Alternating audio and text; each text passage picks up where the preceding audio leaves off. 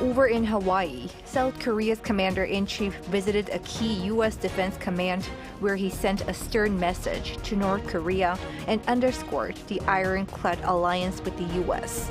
He's now heading to Washington, D.C. for the NATO Summit.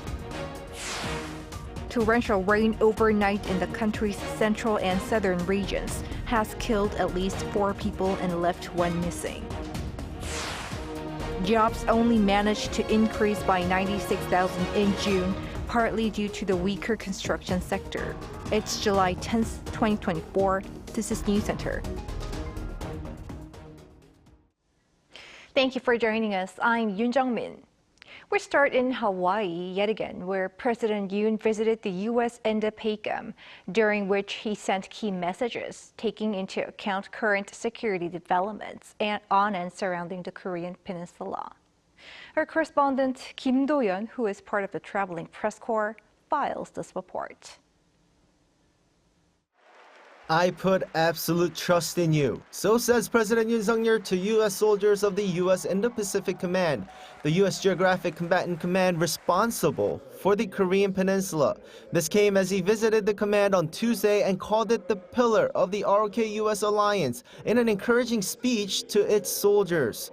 엄중한 국제 정세와 한반도 안보 상황 속에 철통 같은 한미 동맹과 우리의 연합 방위 태세를 확고히 다지기 위한 것입니다.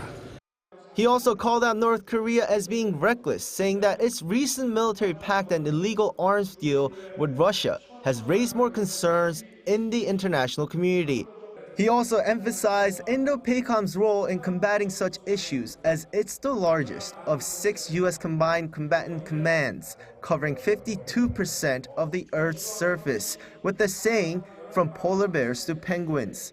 공고한 공약과 협력의 토대를 둔 강력한 능력이야말로 규범에 기반한 영내 질서를 굳건하게 수호하는 원동력입니다. 그리고 그 근간에 바로 인태사령부가 있습니다. It's the first time for a South Korean president to visit the U.S. Indo-Pacific Command here in Honolulu since it changed its name from U.S. Pacific Command back in 2018. And if you count the U.S. Pacific Command as well, it's the first time in 29 years. In the meantime, before his speech to the soldiers, President Yoon Suk-yeol had the chance to meet with Commander Samuel Paparo. After a short greeting, Paparo briefed President Yoon on ongoing regional issues.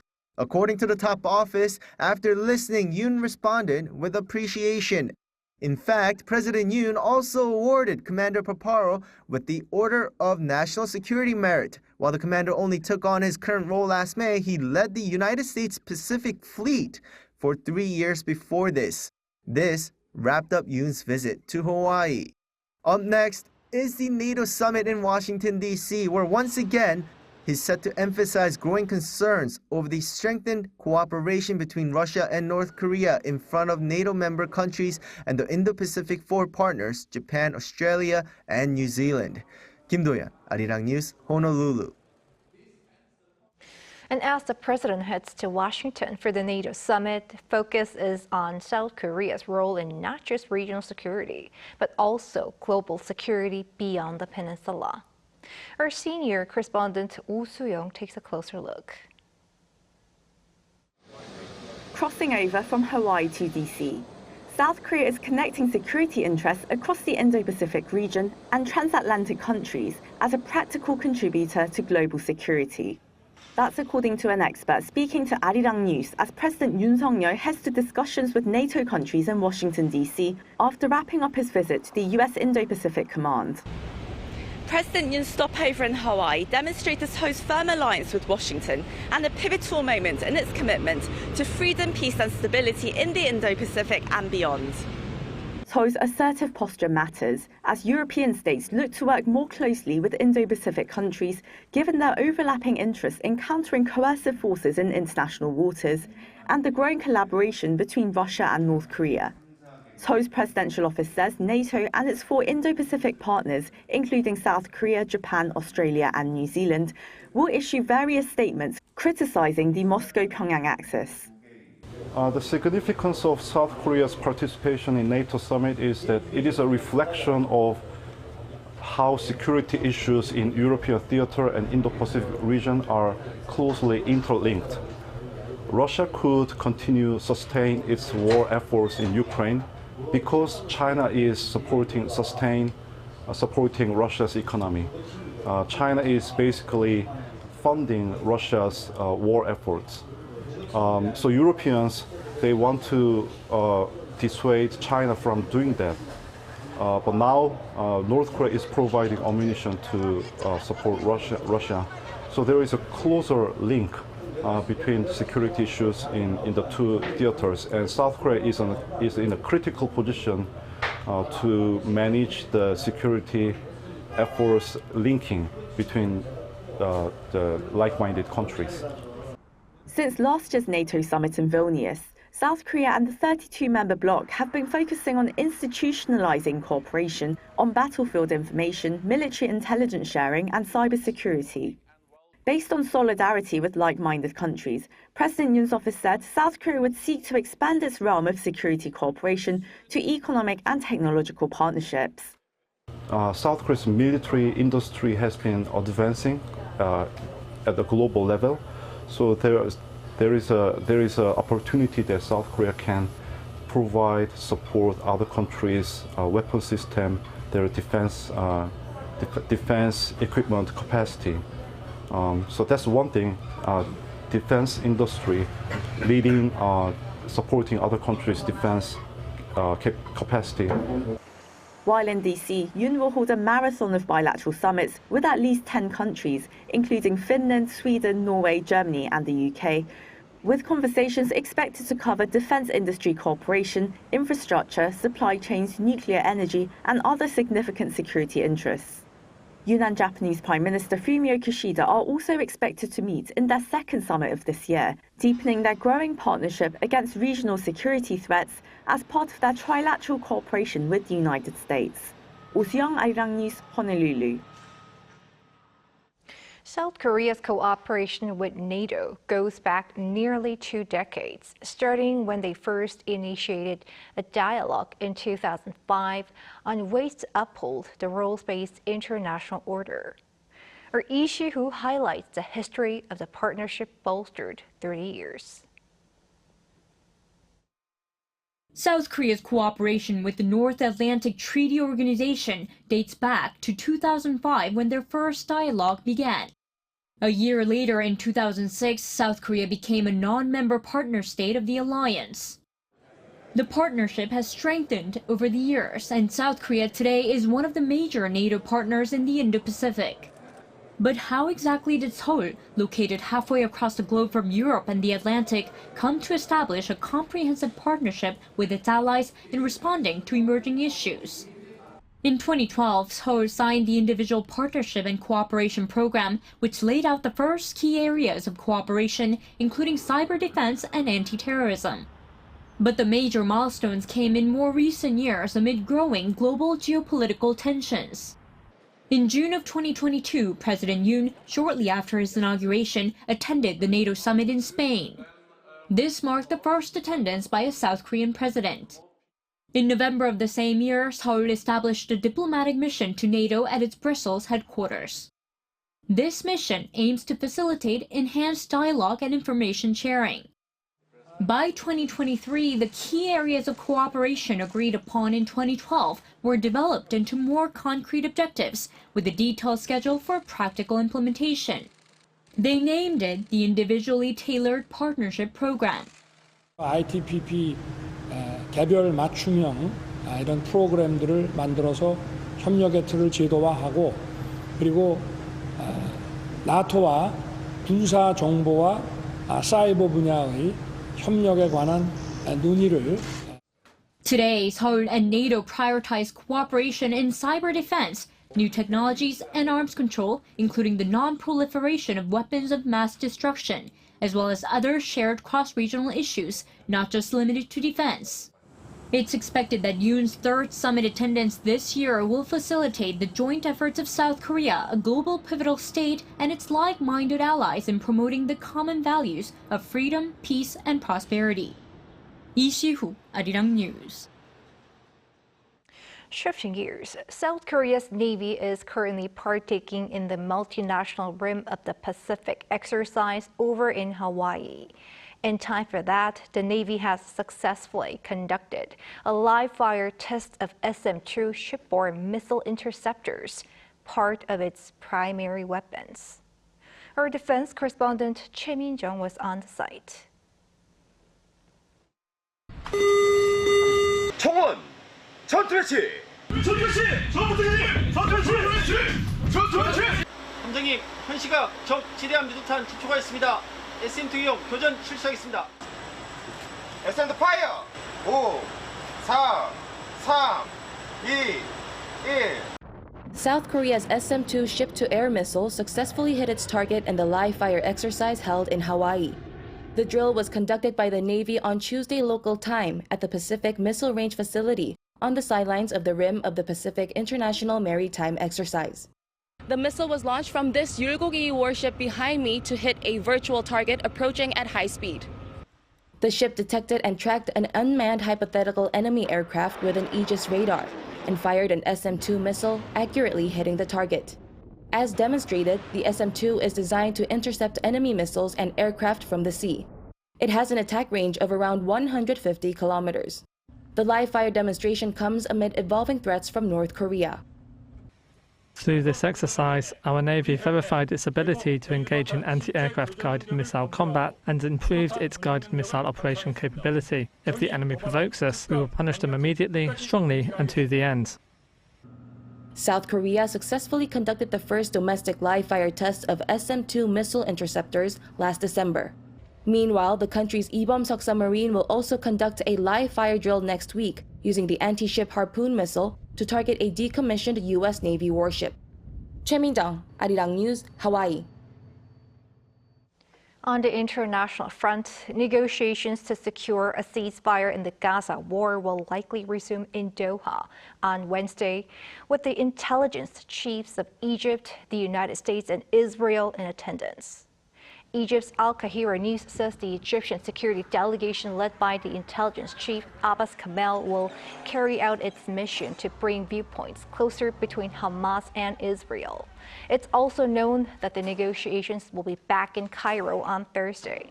Israel's spy chief David Barnea and U.S. CIA Director William Burns are also expected to be present at the meeting.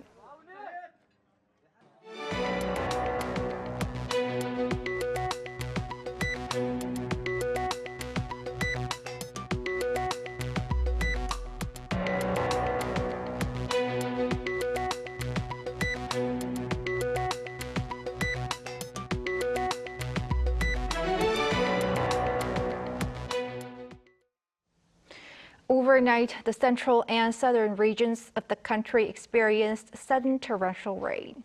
At least 4 deaths have been reported, and 1 person is still missing. Yoon with the latest. Heavy rainfall overnight in the central and southern regions of South Korea has led to 4 deaths and 1 person missing. In the early hours of Wednesday morning, Chungcheongnam-do province recorded rainfall of over 110 millimeters per hour. In the central province, 1 person was found dead in a building's elevator, which had flooded up to the first basement level, while another was found dead after his home collapsed due to a landslide. 2 more people were reported to have lost their lives in the southern parts of the country, with 1 person reported missing. Kunsan City in Jeollabuk-do province saw the highest amount of rainfall recorded as it poured down at a rate of more than 130 millimeters per hour. Ochongdo Island, located about 2 hours by ferry from the city, saw a torrential downpour of 146 millimeters within just 1 hour. Residents remarked that they haven't witnessed such heavy rainfall in 70 years. With the exception of Jeju Island, the Korea Meteorological Administration has lifted all heavy rain crisis alerts nationwide as of late this morning, as most areas have been seeing lighter rain.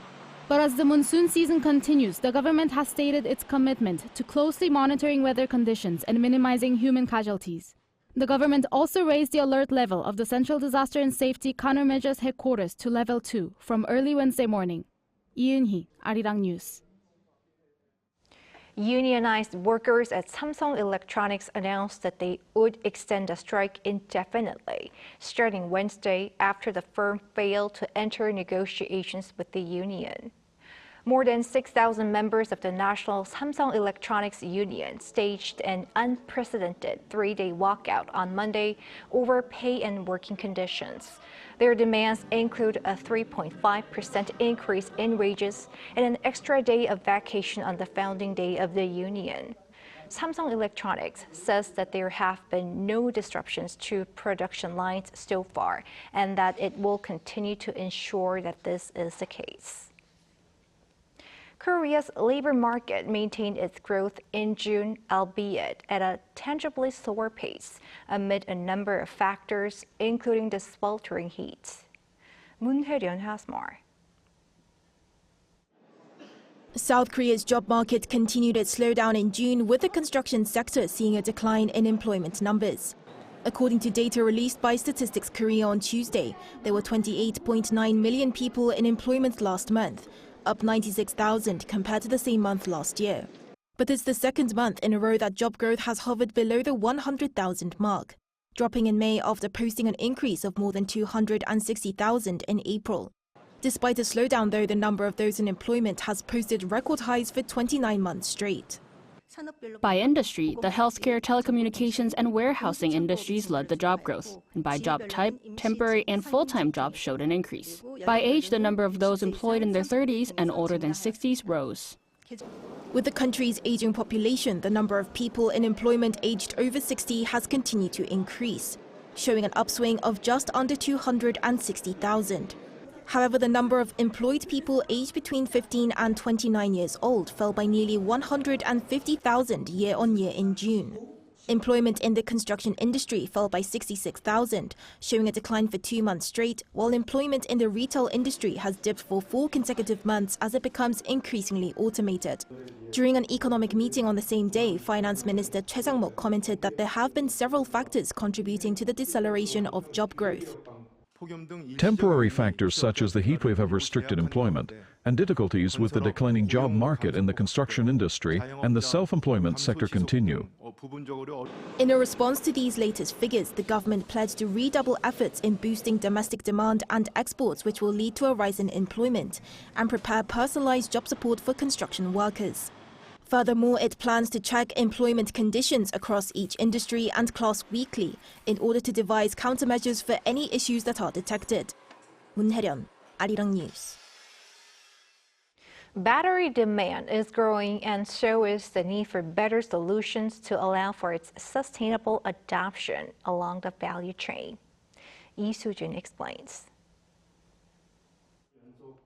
The South Korean government is accelerating efforts to be more economically sustainable by implementing measures to increase EV batteries that can be reused.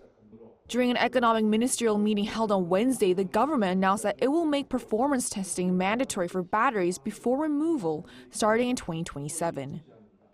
The government will establish an institutional framework to utilize used batteries from electric vehicles at the end of their life cycle as a resource rather than waste. Performance testing for batteries is currently required only after they are removed, but the government is aiming to expand the scope of batteries that can be repurposed and reused under the new regulation. With this change, EV owners will now have more options if they choose to replace old batteries with repurposed batteries instead of brand new batteries. And they will also be able to be compensated for their batteries based on a more accurate and detailed battery assessment. This comes as the Ministry of Environment projects that there will be more than 100,000 waste batteries each year starting in 2030 with the growing number of registered EV vehicles. Global society has also already moved towards implementing measures that will increase the amount of batteries that can be repurposed, reused, and recycled. Under the European Union battery regulation adopted in 2023, consumers will be able to remove and replace batteries in their electronic products at any time of the life cycle starting 2027. And from 2025 onwards, certain levels of valuable raw materials in batteries, such as cobalt, lithium, and nickel, are also required to be recovered. And changes to regulation in other sectors were also announced during the meeting, including plans to designate another area in addition to COEX and Gwanghwamun Square as an outdoor advertising zone sometime in 2026. That's part of the goal to create a South Korean version of New York City's Times Square in Seoul. 이수진, Arirang News.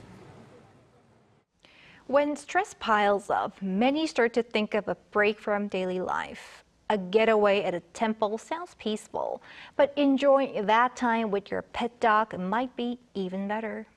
Our An Song-jin went to one of those temples to find out more. Away from the city in the peace and quiet of nature. It's a healing day at a temple in Chungcheongbuk-do Province, South Korea, a 2-hour drive from Seoul. Those in need of a rest can head to a temple to experience the life of a Buddhist practitioner and escape the stresses of everyday life. But this temple stay is a bit different.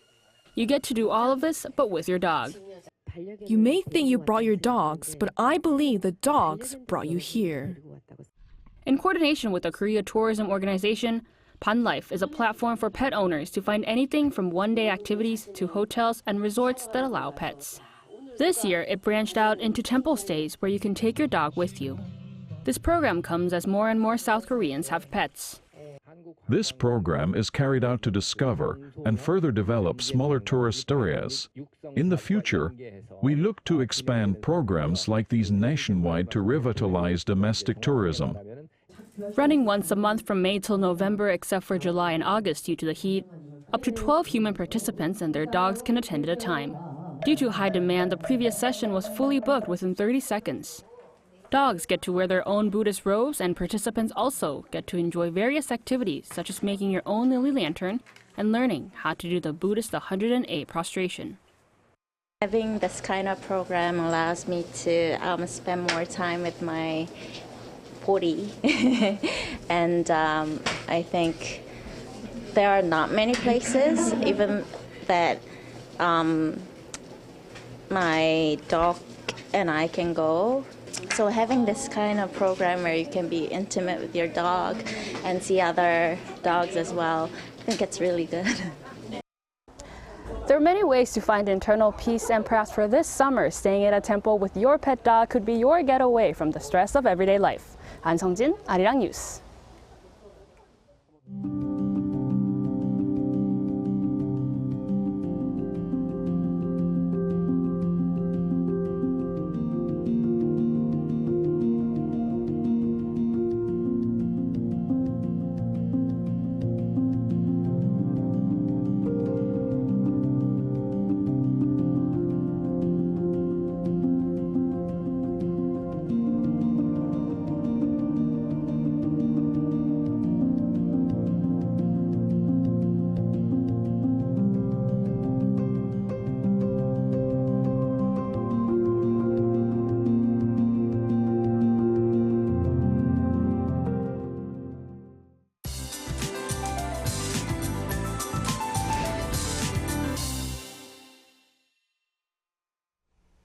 Last night, heavy rain of more than 100 millimeters per hour fell on Chungcheongnam-do and Jeollabuk-do provinces. Also, around 60 millimeters per hour of rain fell on Gyeongsangbuk-do province.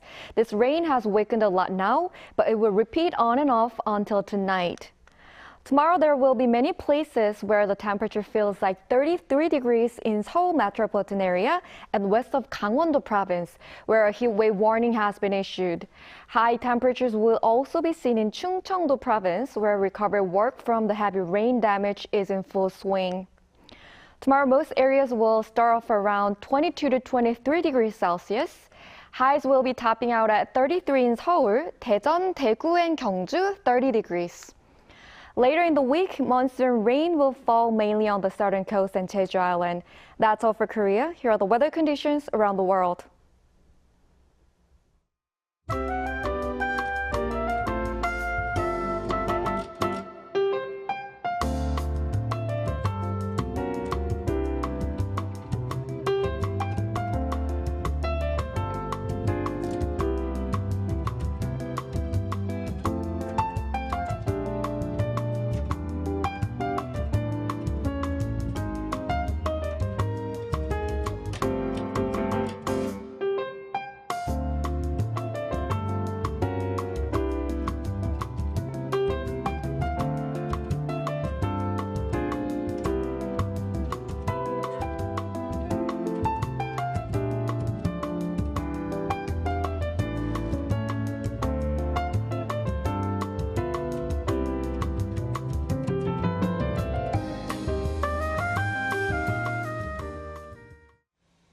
That is Newscenter for tonight. Thank you for watching. A panel session is coming up.